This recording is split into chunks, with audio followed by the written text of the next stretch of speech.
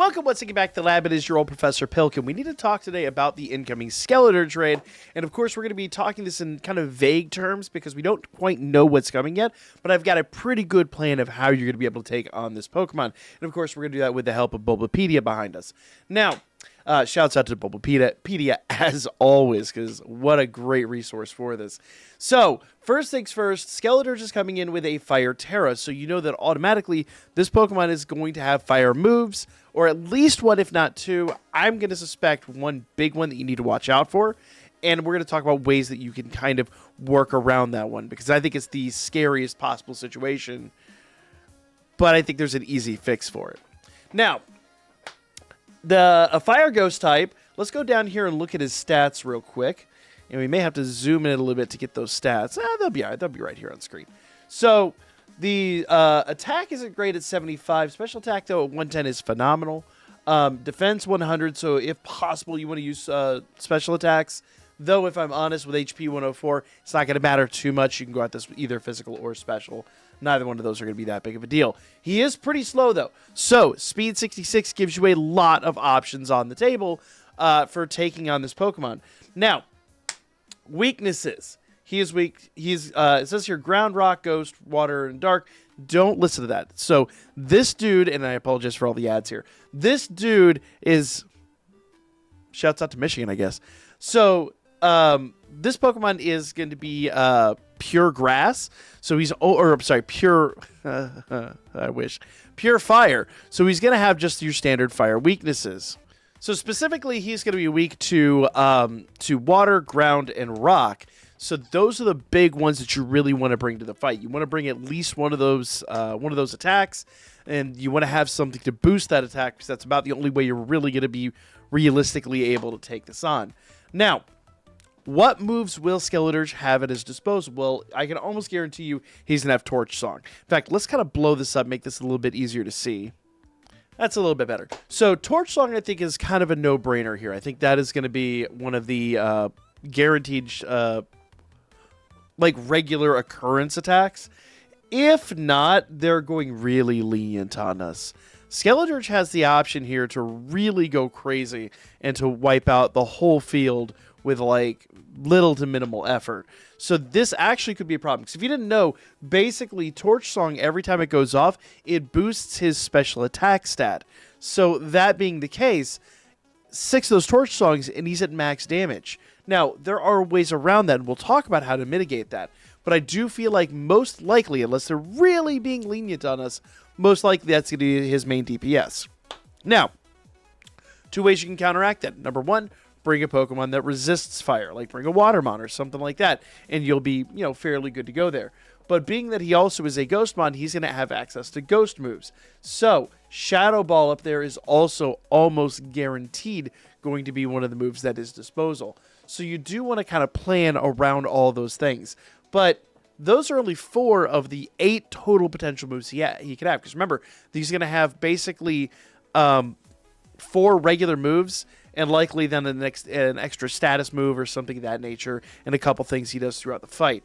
Torch Song might be one of those that he opens up with and then does a little bit later, but I'm going to plan for the situation in which he has Torch Song at his disposal 24/7. I'm going to plan for that.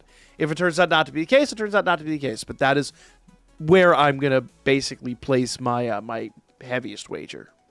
So that brings us to all the TMs that he can learn, and there are a ton of TMs he can learn. Now, rarely do they double up on attacks, and since he is going to be boosting special attack, all these physical attacks are kind of out the window.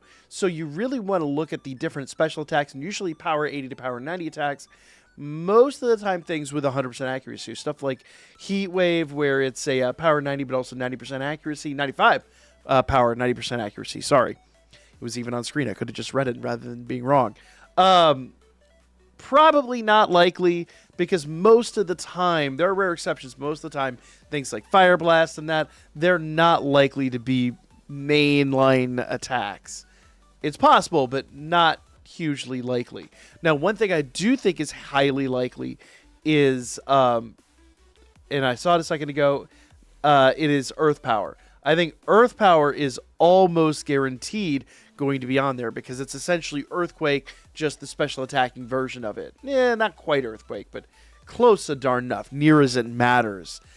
Just a special attacking version of it. And once again, if he's boosting his special attack every turn, that makes a lot of sense. And that closes up some of those potential openings that he has. Now, if you are bringing Watermon, that essentially means that Grass and Electric are your only real options, and he does have access to Solar Beam. He does have access to that, and it wouldn't be the first time that we've seen them use that kind of attack, because Solar Beam, if I recollect, I think it does recoil damage? No, I'm sorry, and I did have to double check it. Shouts out to Bubblepedia once again. That is one that has to actually charge up. So if he does it under Harsh Sunlight, he'll be good to go, which is not that hard to do here. I think he has access to, he has access to Sunny Day. So that is essentially kind of what we're looking at. Plus, you got to take into consideration his hidden ability. So usually in these raids, they're going to have whatever their hidden ability is, and in his case, it's Unaware, which actually works in our favor, because now we need to talk about what you're going to be able to do to kind of mitigate the incoming damage. And a lot of that is going to basically come down to how you kind of want to mitigate Torch Song. And that, of course, is Malamar. I adore this mon for so many reasons. But number one is the ability Contrary. An easy ability for him to acquire. It's not even a hidden ability. It's so simple to acquire. And what you're going to do is you're going to apply TM98 to him, which is Skill Swap. What you're going to do is you're going to use Skill Swap right at the very beginning, and you are going to give him the Contrary ability and take away his Unaware ability. Now, the best part about this, at that point, you now ignore all of his stat changes because you have his ability. And any stat changes he applies kind of negatively affect him. So, essentially, right at the beginning of the game, you just immediately neuter his ability to really do any real damage to you. Plus, you ignore it anyway. So, like, it's a double-edged sword. Now, the downside is here you don't have a huge number of moves that are going to be super effective. He does have access to Rain Dance, but that's not a damaging move. He does have access to Liquidation, but the number one thing that I think you're going to want to pay attention to is Terra Blast. Give Malamar a Stellar Terra and give him Terra Blast. Whole reason I say this, Terra Blast is always super effective, no matter what. Always super effective. Plus, Terra Blast, while it will lower your attack stat, Unaware will make you ignore that. So you'll be doing the same amount of damage no matter what. So essentially, you'll Terra Blast to success. You'll ignore all your negative stat changes. He'll be negatively, basically dropping all of his stats, so he's not doing as much damage. I don't think the Unaware will ignore that. I think any negative stat change, it'll still utilize. I think it's all the positive stat changes. I could be wrong in that, but either way, you should be just fine so long as you equip him with a Shell Bell. Every time you hit him, you're going to be healing like crazy.